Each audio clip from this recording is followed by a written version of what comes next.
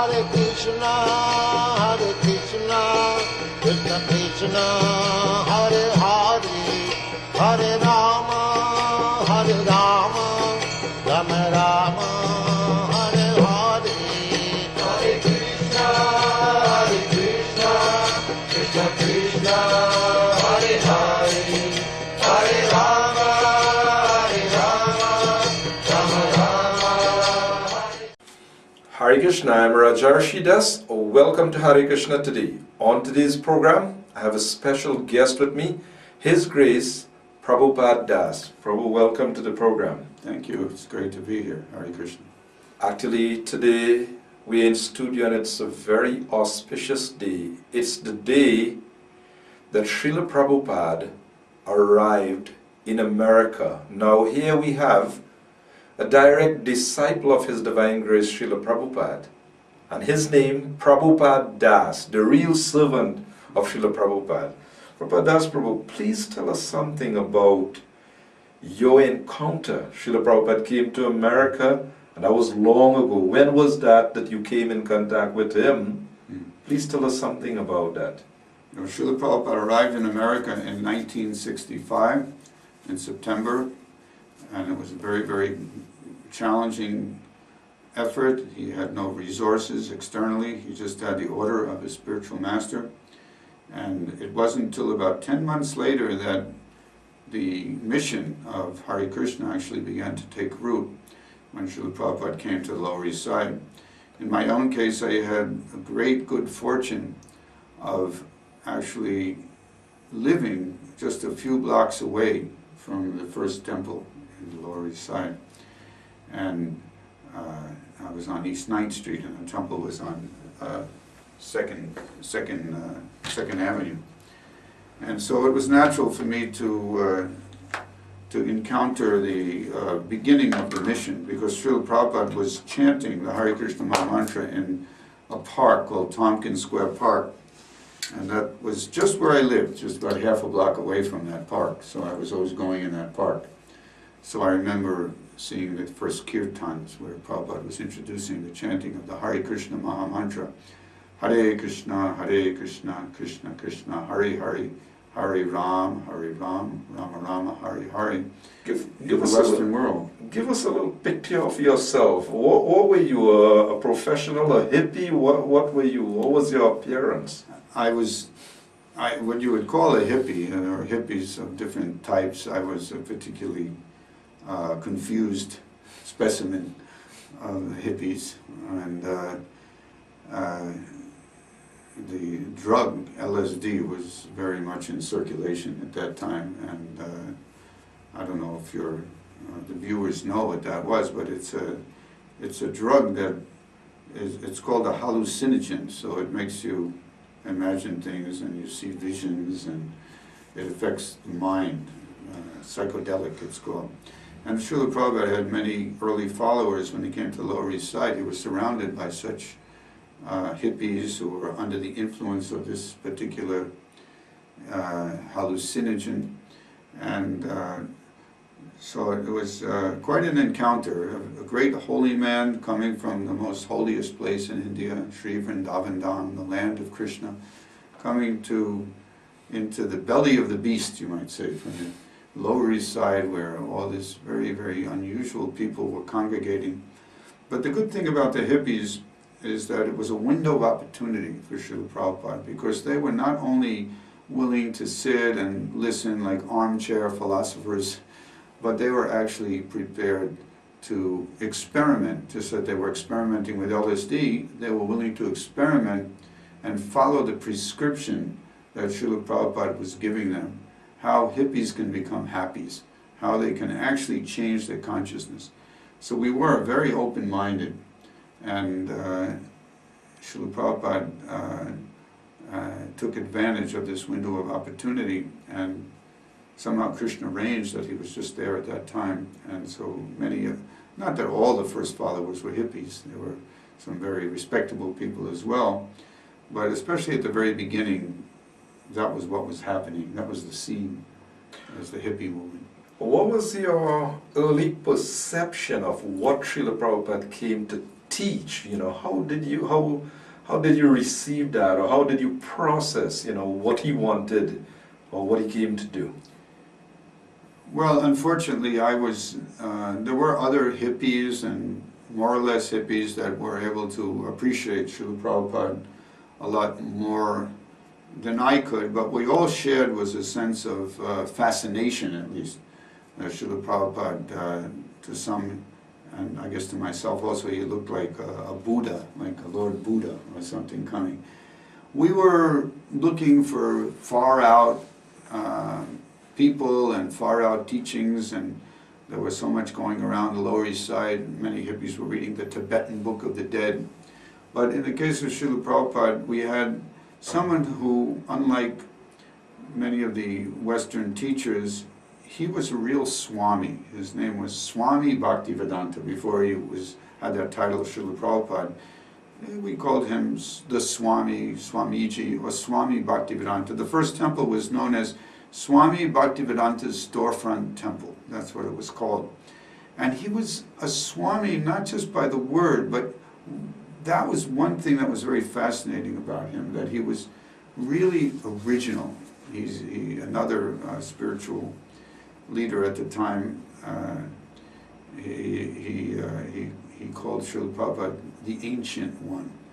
But Srila Prabhupada was very authentic, and when he would lecture, different from so many gurus, there were others that came from India, not just that coming from India made him authentic, but his practice, his sense control, his focus, his gravity, and at the same time, his ability to reach out to us was unique. And another thing that impressed me personally, when I saw him speaking, he would open these books and he would speak from these ancient scriptures, these ancient wisdom books, in even the books in the original languages, Bengali and Sanskrit. And that set him apart from most of the other teachers who were just giving a very, very general idea of Indian culture or spirituality. Srila Prabhupada was very, very integrated, very, very authentic, and didn't compromise the ancient teaching and the actual tradition. I could mention that there was, despite the fact that I was so covered, there was one experience that actually Prabhupada got through to me when he was quoting a scripture called the Hitopadesh. Ahara nidra bayamaitanam cha samanyam etat pashubir naranam damohite sham madiko vishesha dharmena hina pashubir narana. But that means, this got through to me because the logic was so piercing, so clear, despite my fog that I was in. This really struck me. What it was waking me up to was that despite my interest and my distractions and so much trying to gratify my senses of this body, so much interest in the opposite sex, etc., but he gave us the big picture. That, wait a second, step back a little bit, stop trying to grab on to some cheap momentary pleasure. Think about the difference between human life and animal life. So the verse says, the eating, sleeping, mating, and defending, it's the same. Both humans and animals have these activities, that's okay. Well, so what is the speciality of human life? Dharma, spiritual life, questioning, as Sanatana Goswami did about 500 years ago with a great spiritual revolutionary called Lord Chaitanya Mahaprabhu. He said, who am I? Why am I suffering these threefold miseries? If I don't know the answer to this question, then how could there be any benefit, any welfare for me? So, dharmena hina pashubir samana means that if hina, leaving aside spiritual life or dharma or really essential religion, then the human being is the same as the animal. Then you're back to those four: eating, sleeping, mating, and defending. Somehow that got through to me. Unfortunately, in my case, although I was being awakened by Srila Prabhupada, I was not able to immediately join the ranks. But after some years, then I became initiated by Srila Prabhupada, by my good fortune.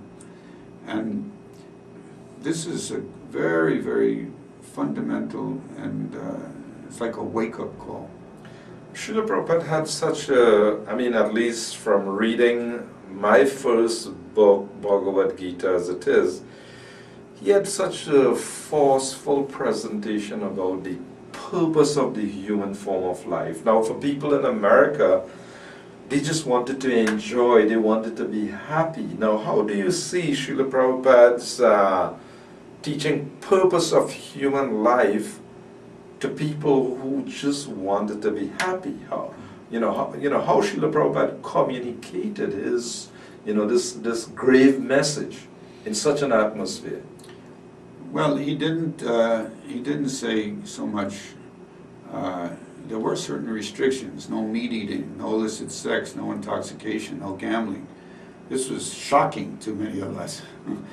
The East Village Other, the prominent newspaper in the Lower East Side, alternative newspaper, they were saying the Swami has come and is teaching the square virtues. Not something very in sync with the hippie culture, which was if it feels good, do it. I mean, two really extremes. But despite the fact that Srila Prabhupada was taming us, was bringing us into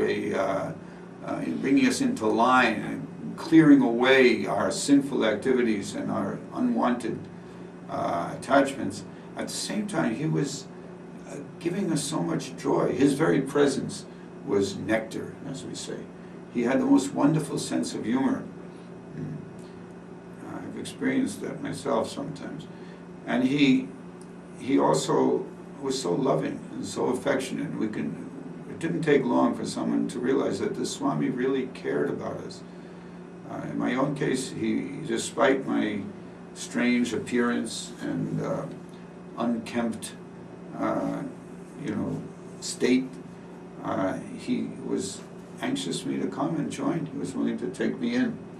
So that was there. His own presence, his own affection for everyone, seeing everyone as part and parcel of Krishna or God, that was the main attraction, to see the Swami. But then there was also the food, Krishna Prasadam, that he cooked personally or with the help of one or two of his early followers.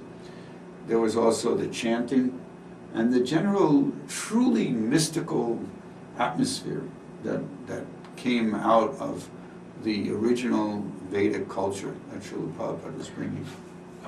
As you spoke about Srila Prabhupada's personality, there are a lot of people in the Caribbean, they're familiar with religious people and gurus, but people are very much in the bodily concept of life, and they would discriminate with different types of people and so on. But this is something that we always hear from Srila Prabhupada's disciples about how he was so compassionate towards all types of people. I mean, he was an old man, and here he was dealing with all types of Americans, hippies, and all types of people, but they felt this compassion or this vision. Maybe you could speak a little bit about a saintly person being effective in changing people, because there are a lot of teachers, but they don't really carry that type of, they don't have that type of impact to change people's life or their behavior.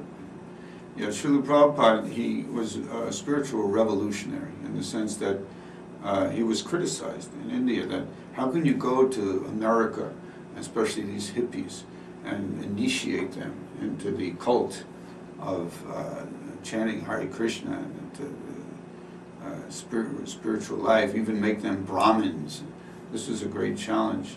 But he, because of that vision of seeing everyone on the spiritual platform, he was able to uplift people. This is the idea of human life, to become self-realized, to recognize that we have to solve these problems of life: birth, death, disease, and old age.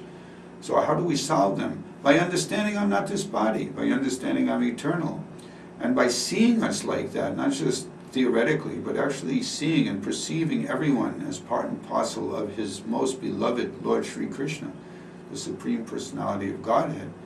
Then Srila Prabhupada was able, there was a book called Only He Could Lead Them. This is a third volume of the authorized biography of Srila Prabhupada, very comprehensive work. that he was able to reach out to anyone, whether it were hippies, the Beatles, for instance, the great-grandson of Henry Ford, whose initiated name is Ambarish, otherwise he's known as Alfred Brush Ford, who's still doing wonderful service for Srila Prabhupada. He could reach everyone. He goes to Japan, and he remembers all the names of all the executives of Dai Nippon Publishing Company. And he astounded them when he said, oh, Mr. Tayasaki, Mr. Fujikamura, Mr. this one, that one.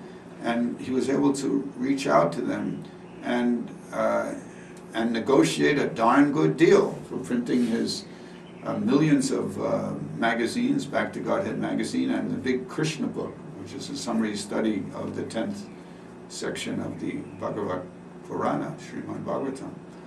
So he could reach out to anyone, even if they weren't religious. I think you mentioned even my father, or was mentioned in the temple earlier, that my father also met Srila Prabhupada. Okay. And my father was not interested in religion. He didn't have such good experience with religion. He wasn't interested in philosophy. He called himself a humanist, which meant very conventional in his outlook. But somehow he made his way over to that temple, and he met Srila Prabhupada, even though his only purpose was to ask Srila Prabhupada what to do about his son, myself, who had become so unbalanced, because I would always talk about the Swami. So Srila Prabhupada felt maybe the Swami can give me some hint. I don't know what to do. My son has gone crazy. Srila Prabhupada told my father, there's something wrong with that boy, but we can fix him up. So Srila Prabhupada, that's why only he could lead them. Even my father, who got a PhD in psychology, had not even a clue as to how to deal with what was going on with me.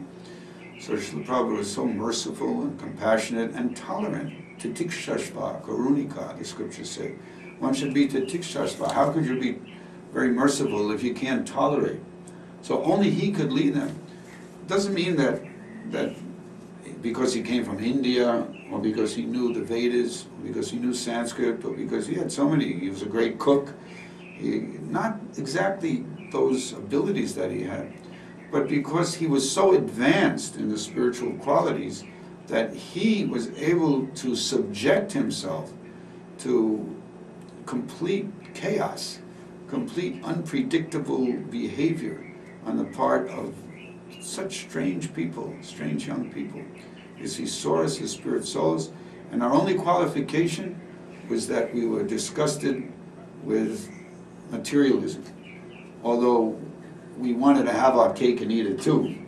We wanted to reject, one of my friends, his slogan was works for jerks. We wanted to reject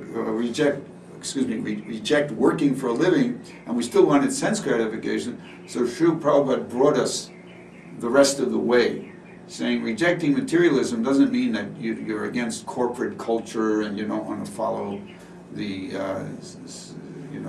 idea of getting money and buying things and living in a nice home. It also means no illicit sex, no meeting, no intoxication, no gambling. And of course, I mentioned that he was so attractive, and he gave us a whole culture, music and beautiful food and art, and this wonderful philosophy, beginning with the importance of the human form of life. Then many of us, in my own case gradually, in some cases all at once, were able to surrender, prostrate ourselves at his feet, and accept his instructions, as Krishna is told by Arjuna in Bhagavad Gita, now I'm your disciple, and the soul surrendered unto you. Kindly instruct me. You've dedicated, over 40 years of your life to pursuing, to following this teaching. What would you say is the greatest benefit you have received from Srila Prabhupada and his teaching, his society? How do you see his contribution in your own life? Well, not just myself, all the devotees, whether they were hippies or whatever they were, when they met Srila Prabhupada and they joined and took it seriously, we all share a great blessing, matchless gift, that Srila Prabhupada gave us an ultimate goal of life. It says in the scriptures, Tasmat Gurum Prapadyeta Jigyashur Shreya Uttamam. One approaches a guru because he's interested in the ultimate goal of life. Now, I'm not saying consciously I was aware of that, I was interested in all kinds of crazy things, but that satisfied, giving that, whether I asked for it or didn't, by providing the ultimate goal of life, then what does Srila Prabhupada write in Bhagavad Gita commentary? He says, unhappiness is due to lack of an ultimate goal of life.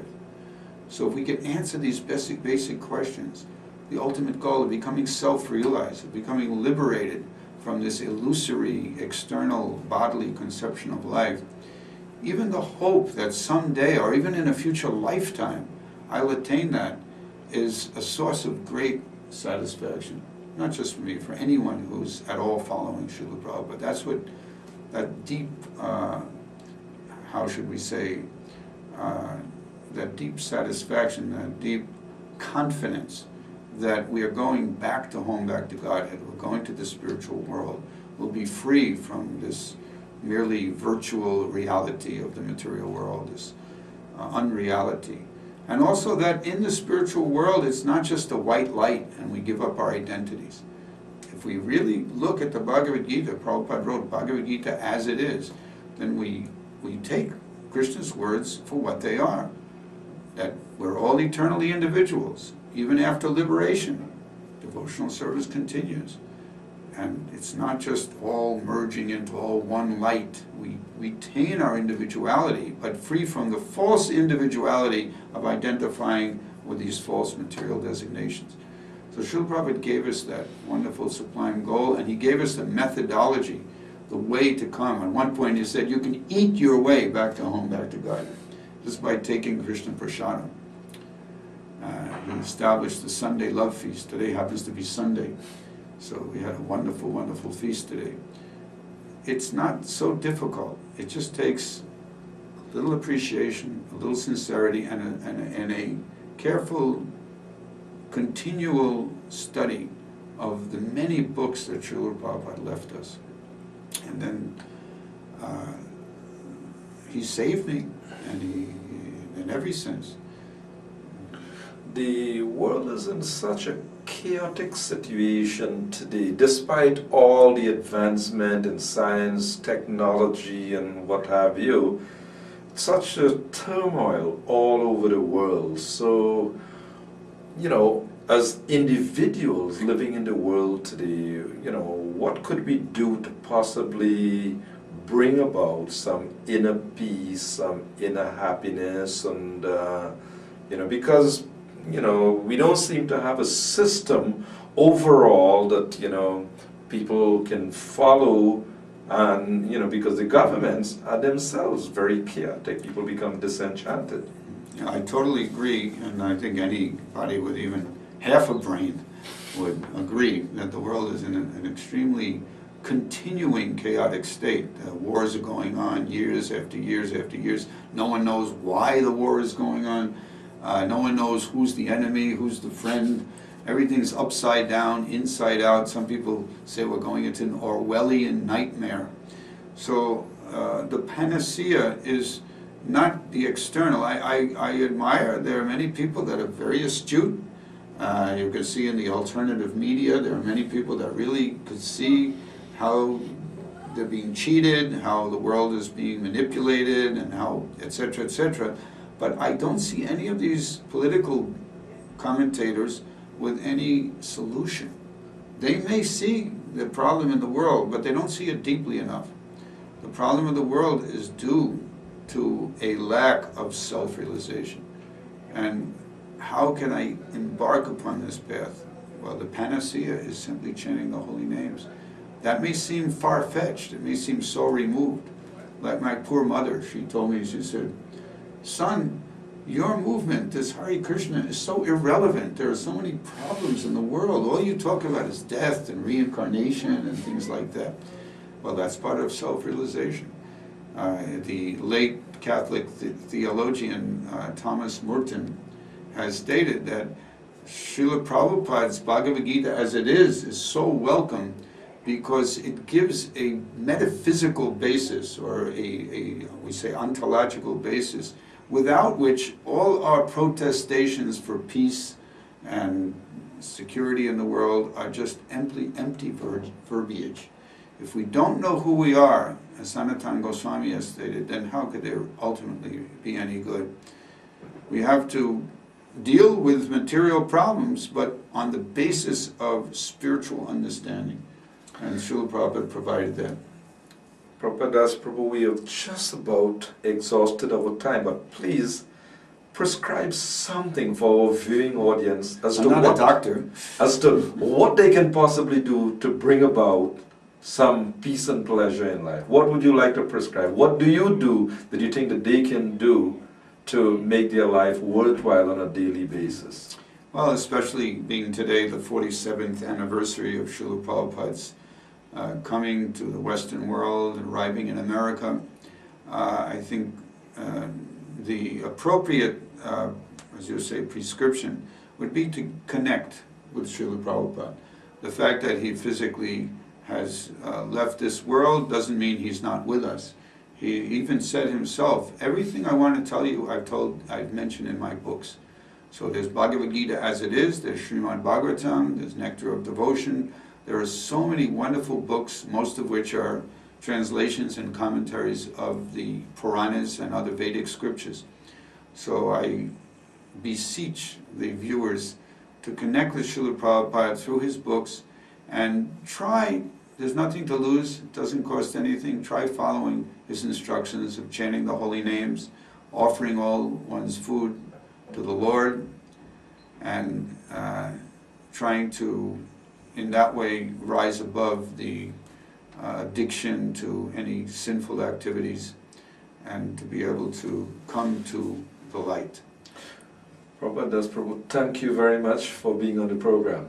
Thank you, it was a great pleasure. I'm Rajarsi saying Hare Krishna, and do join us again next week for another presentation.